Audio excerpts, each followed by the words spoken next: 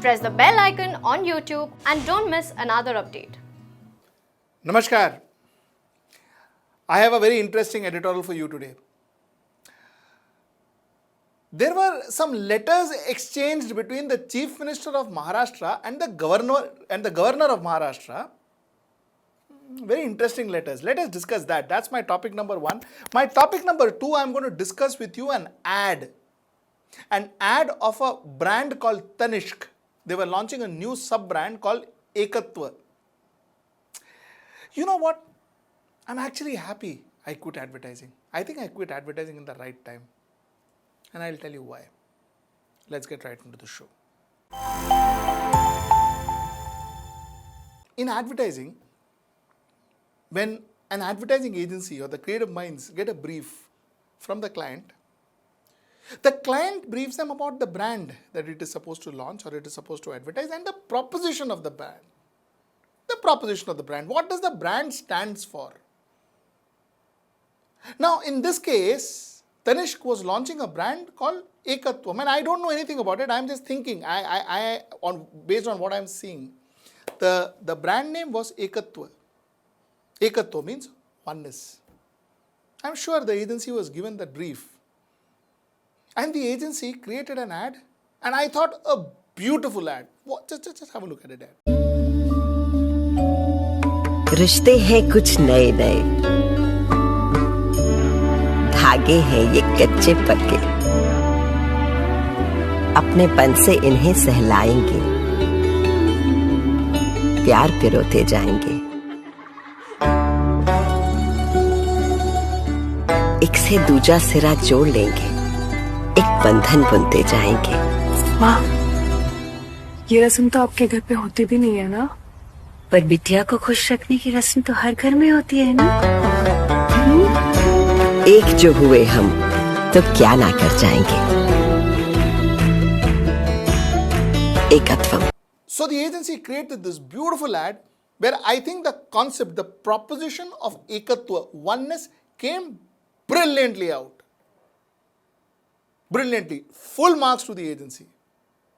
But then there are a few people who thought that why a Hindu girl in a Muslim household? Why not vice versa? Are we promoting love jihad? You know, as an advertising professional, once upon a time, I don't even think those creative minds would have thought about love jihad and Hindu girl and Muslim. I don't even think they must have not even thought about it. It was a creative idea. It was an idea where they had to speak about oneness. They told it in that 30 seconds or 40 seconds, whatever time, that duration that TVC was. Beautifully told.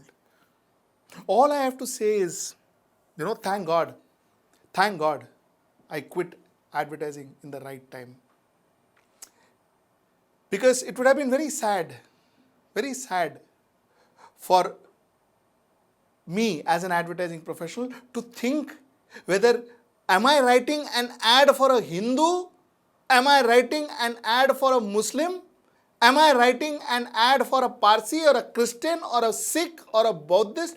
It would have been very difficult because all these years I wrote ad for Indians. And I believe things are very different now. Okay, let's start from the beginning. Let us understand who is a governor of a state. What is his role? What is the role that he has to play? The governor of the state is something similar to the president of the country. He is the custodian of the constitution. He is supposed to be advised by the chief minister and his cabinet, the chief minister's cabinet. This is what a governor typically is. He's got some discretionary power which I will talk to you about. And that is what a governor is. Now, in fact, let us talk about the governor and his powers. Let's talk about the governor and his powers.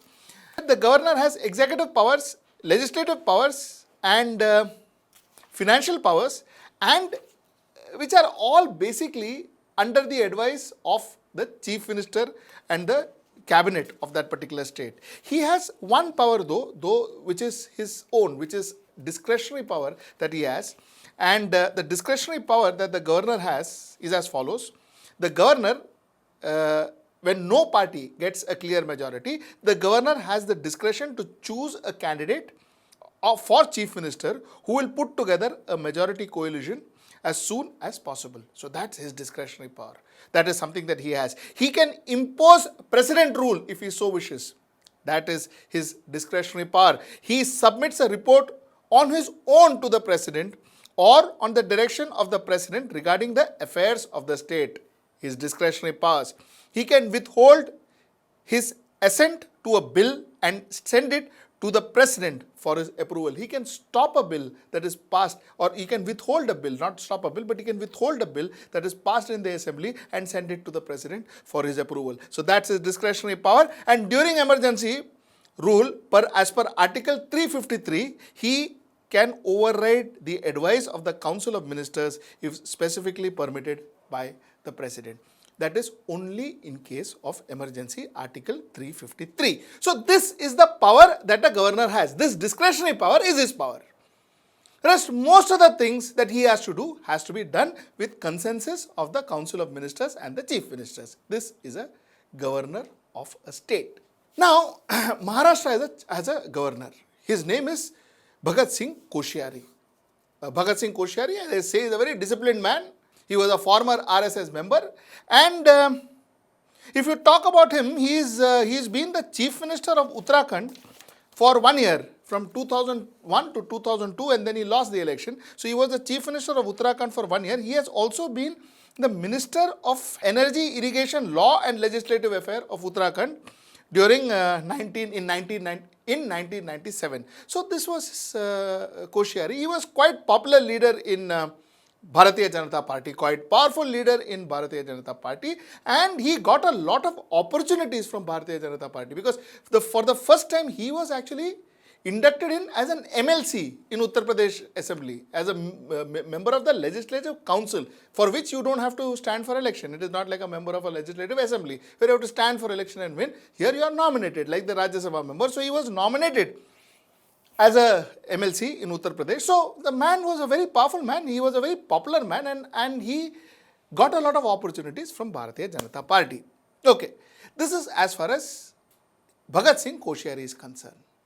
Now let us come to the topic in hand. One more thing before I go to the topic in hand. Bhagat Singh Koshyari had a very interesting track record in Maharashtra, because Bhagat Singh Koshyari was the man who actually imposed president's rule when there was no chief minister happening in Maharashtra, while NCP and Shiv Sena had approached Bhagat Singh Koshyari to form the government. He had not given them much of time nor the attention, and he lifted this president's rule in Maharashtra at 5:47 a.m. 5:47 a.m. in the morning, and had appointed Mr. Devendra Fadnavis as the Chief Minister of Maharashtra and Mr.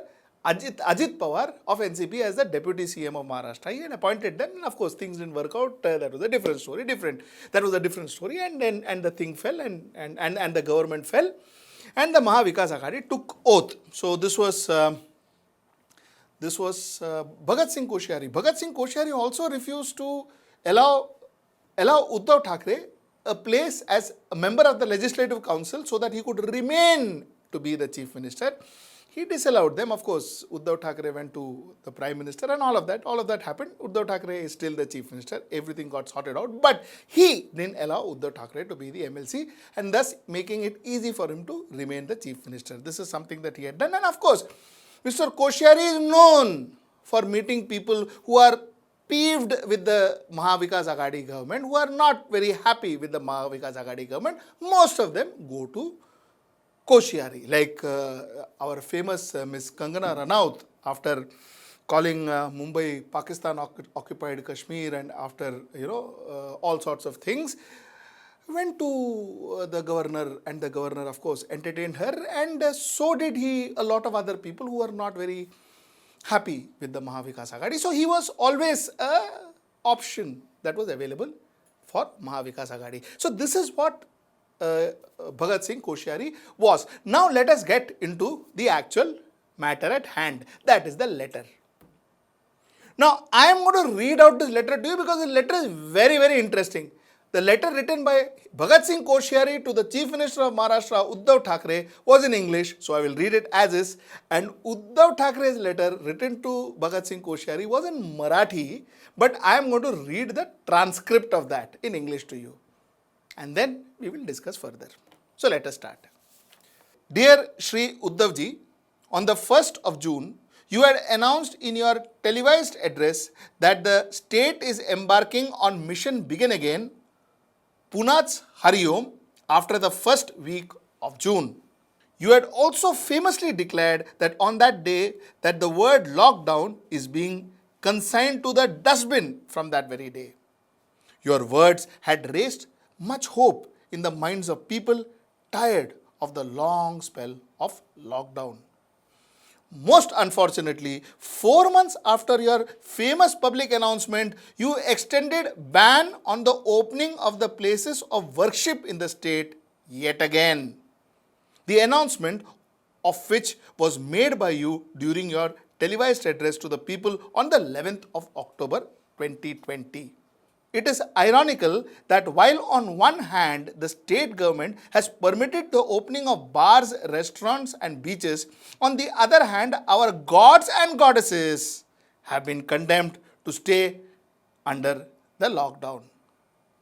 During the last 3 months, several delegations met me on this issue, demanding the reopening of places of worship.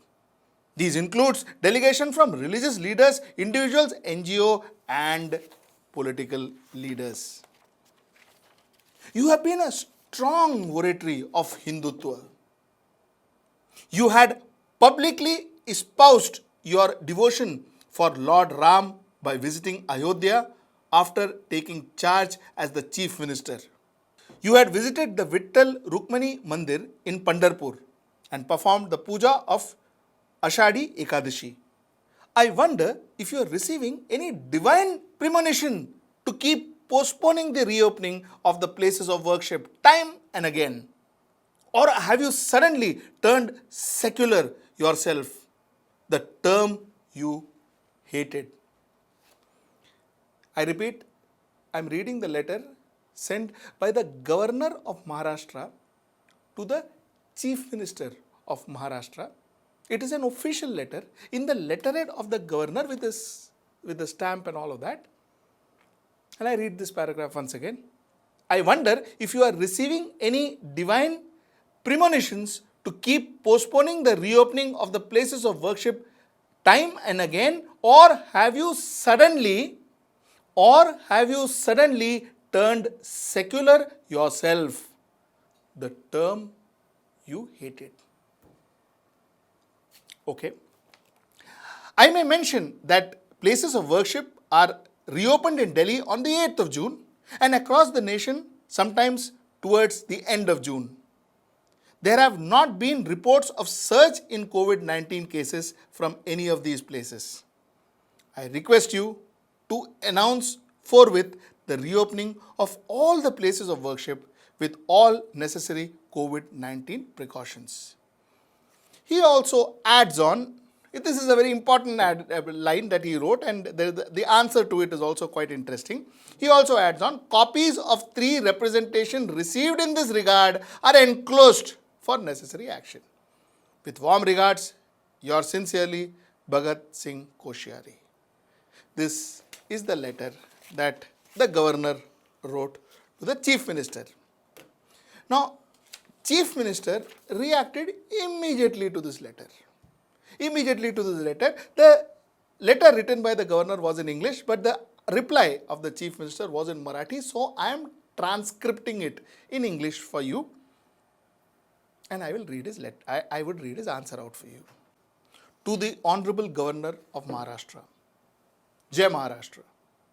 Sir, I have received your letter in English dated 12/10/2020 about the reopening of prayer houses. The government is definitely thinking about it. Along with being sensitive to people's sentiment and faith, protecting their lives is the foremost duty of our government. Therefore, lifting the lockdown at once is as wrong for the fight against corona as it was to lock the whole country down at once. A very interesting line, I will like to read it once again. Therefore, lifting the lockdown at once is as wrong for the fight against corona as it was to lock the whole country down at once. So, this was the answer that he provided. Anyway, I will read further. We are currently carrying out a campaign in the state, My Family, My Responsibility, which aims at getting people used to the life with corona, or rather, life while avoiding the risk thereof. You are probably already aware that the doctors, healthcare workers, ASHA workers and Anganwadi workers in the state are imparting health information, spreading awareness, carrying out health checkups, performing tests when required and providing treatment at the doorsteps. Maharashtra is perhaps the only or at least one of the first states to do so. Sir, you are right in mentioning my Hindutva in your letter. However, neither does my Hindutva need your certificate, nor do I need to learn it from someone else. In any case, inviting someone who equates my state or the capital of my state with Pakistan occupied Kashmir to my house does not fit my Hindutva. I think the Chief Minister was referring to Kangana Ranaut. I wonder why you ask me, have you suddenly turned secular yourself, a term you hated? Are you implying that opening religious places alone constitutes Hindutva and secularism implies shutting them down? In that case, do you agree with the constitution you swore by, of which secularism is an important part? I thought this was the most important paragraph in the entire letter that Mr. Uddhav Thackeray had written. I will go further. You also wonder whether I get divine premonitions while fighting this crisis. You perhaps has experienced such things, but I am not that great. By observing the good and the bad that is happening in other states and countries, I am sincerely trying to do what is best for Maharashtra. You mentioned, this is what I told you in the previous letter, and I told you that last line is very interesting. This is the answer to that last line. The Chief Minister says, you mentioned that 3 deputations have met you to request reopening of places of worship. You forwarded 3 of these letters to me. All of these happen to be from the officials and supporters of the Bharatiya Janata Party. This could be coincidence. Anyway, I assure that the government of Maharashtra is considering your request seriously and will soon take a decision. Jai Hind, Jai Maharashtra, yours truly, Uddhav Thackeray. You know what is the sad part of all this? The sad part of all this is that positions like the President of India, a governor of a state, these are positions that protect our constitution, that represents our democracy. You know, when a president addresses the parliament, he says, my government will be doing this, or my government has decided to do this. Regardless of whatever party is, he doesn't say BJP government, I am a Congress president, Baba, he is a BJP president, he is a BJP prime minister. He doesn't say that. He says my government, because he says it is I am the head of this government. Constitutionally, he is. There is no difference between him and the prime minister, because they are one, they are the one team. That is the beauty of the democracy. Likewise, the governor. The governor, no matter which party he represents, and the chief minister, no matter which party he represents, once they are on the seat, they are one team. They work for the state and not for their parties. What is unfortunate in this letter is the tone. The tone looks as if there are two opposition parties fighting with each other. A governor of a state, the custodian to our constitution, writing to a chief minister, asking him, have you suddenly turned secular, a word that you hated the most? This line surprised me beyond belief. Till I see you next time. Namaskar.